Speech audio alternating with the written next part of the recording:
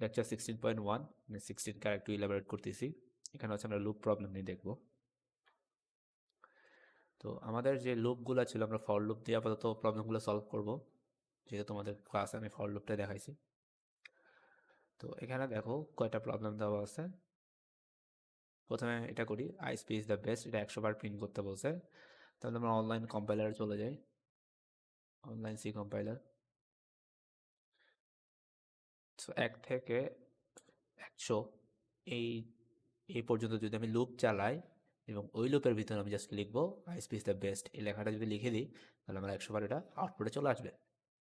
তো আমার যেটা লাগবে, প্রথমে আমরা শুরু করবো ইনক্লুড stdio.h, এরপর int main, দেন আমাদের এখানে ফাংশন শুরু হয়েছে। এখানে আমরা প্রথমে একটা ভেরিয়েবল নিতে হবে, যেহেতু লুপ চালানোর জন্য আমার একটা ভেরিয়েবল লাগবে।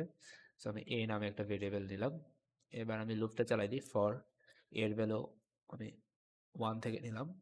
তারপর হচ্ছে a লেস দেন ইকুয়াল 100 পর্যন্ত, মানে 1 থেকে শুরু হবে 100 পর্যন্ত যাবে, তাহলে ছোট বা সমান, সেজন্য লেস দেন ইকুয়াল। আর এর ভ্যালু আমি কত করে বাড়াবো, সে 1 থেকে 100, তাহলে আমার 1 2 3 সবগুলো লাগবে, তাহলে প্রতিবার 1 করে বাড়বে, তাহলে a equals to a plus 1। আচ্ছা, তো এখানে আমরা ভিতরে কাজটা কি করবো, এই যে সেকেন্ড ব্র্যাকেট দিয়ে, এটা হচ্ছে লুপের সেকেন্ড ব্র্যাকেট। তো এখানের ভিতরে আমি যা লিখবো তা হচ্ছে প্রতিবার কাজ করবে, লুপটা যতবার চলতে থাকবে। তো এখানে আমরা লিখবো হচ্ছে, দেখো আমাদের কাজ কি ছিল, আমাদের কাজ ছিল হচ্ছে আইএসপি ইজ দ্য বেস্ট, এই লেখাটা লেখা বা 100 বার প্রিন্ট করা। চলে যাই কোডে, এবার হচ্ছে এখানে জাস্ট লিখবো print F ISP is the best. এখন আমি যদি এটা আউটপুটে দেখি আসলে কি হবে, যে এই লেখাটাই বারবার প্রিন্ট হতে থাকবে 1 থেকে 100 বার, এবং এখানে যেহেতু কোনো ব্যাকস্ল্যাশ এন দিই নাই, তাহলে পাশাপাশি প্রিন্ট হবে। আমি যেহেতু এখানে একটা এক্সট্রা স্পেস নিছি, তাহলে একটা স্পেসও কিন্তু প্রিন্ট হবে। তাহলে আইএসপি ইজ দ্য বেস্ট এটা প্রিন্ট হয়েছে, এবং একটা এক্সট্রা স্পেস নেওয়ার কারণে এখানে দেখো প্রত্যেকবার করে আমার আইএসপি ইজ দ্য বেস্ট এই লেখাটার পরে কিন্তু একটা স্পেস প্রিন্ট হয়েছে এখানে। আমি যদি স্পেসটা না নিতাম তাহলে হচ্ছে কি হইতো, আউটপুটটা দেখো এই জিনিসগুলো একসাথে হয়ে গেছে। বেস্টের পর আবার আইএসপি ইজ দ্য বেস্ট, এই জিনিসটা একসাথে লেগে যাচ্ছে। এবার আমি জাস্ট স্ল্যাশ এন যদি দিয়ে দিই, ব্যাক স্ল্যাশ এন, তাহলে কি হবে, যে প্রত্যেক লাইনে আইএসপি ইজ দ্য বেস্ট এটা নতুন করে করে প্রিন্ট হতে থাকবে। তাহলে এখানে আসলে 1 থেকে 100 বার প্রিন্ট হয়েছে। তাহলে এই হলো লুপ দিয়ে আমরা কোনো লেখা প্রিন্ট করার প্রবলেম সলভ করলাম। সো এখানে ইয়াস আমার একটা জিনিস বাদ গেছে, সেটা হচ্ছে রিটার্ন জিরো, যেটা তোমাদের পরীক্ষার খাতায় কিন্তু অবশ্যই লিখতে হবে।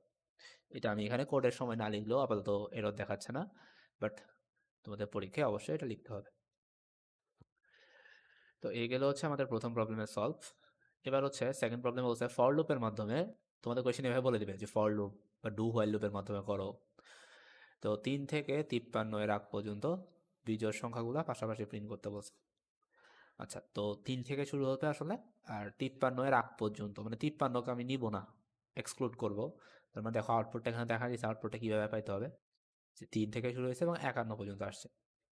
তো এটা অনেকভাবে করা যায়। তো এবং এখানে যদি বলতো যে ব্রেক ট্যাগ ইউজ করো, এরকমও বলতে পারতো।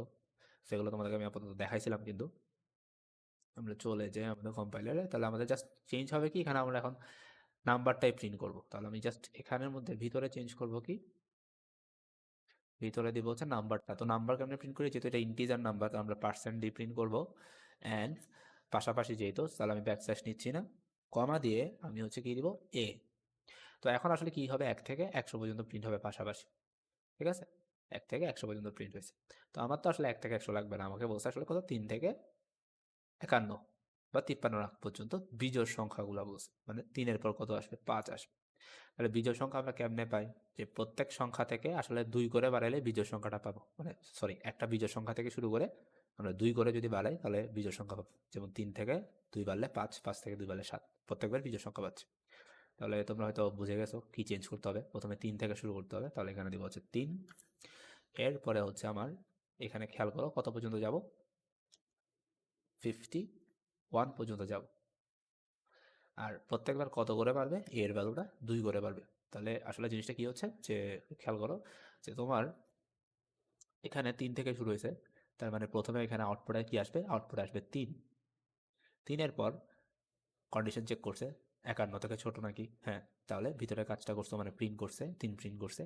এরপরে হচ্ছে এর ভ্যালুটা 2 বাড়াইছে। তার মানে এর ভ্যালু আগে ছিল 3, 3 থেকে 2 বাড়লে হয় 5। তাহলে পরের 5 হচ্ছে 51 থেকে ছোট বা সমান কিনা চেক করবে। কন্ডিশন ট্রু হলে ভিতরে আসবে, ভিতরে আসে এবার 5 প্রিন্ট করবে। তাহলে 3 এর পর 5 আসবে। 5 এর পর আবার 2 যোগ হবে এর ভ্যালু। এর ভ্যালু কিন্তু এখন 5। 5 এর সাথে 2 যোগ করলে 7 হবে। এরকম করে বিজোড় সংখ্যাগুলো প্রিন্ট হতে থাকবে। তো আমরা যদি একটু ক্লিয়ার করে স্ক্রিনটাকে দেখাই। ওকে, সো রান দিলাম। দেখো 3 থেকে 51 পর্যন্ত প্রিন্ট হয়ে গেছে। তাহলে জাস্ট এইখানে কোডের এখানে চেঞ্জ করছি, আর প্রিন্ট কি করতে যাচ্ছে ওটা চেঞ্জ করছি। তো এই হচ্ছে দুইটা প্রবলেমের সলভ। আমরা নেক্সট লেকচারটাতে হচ্ছে বাকি জিনিসগুলো দেখবো।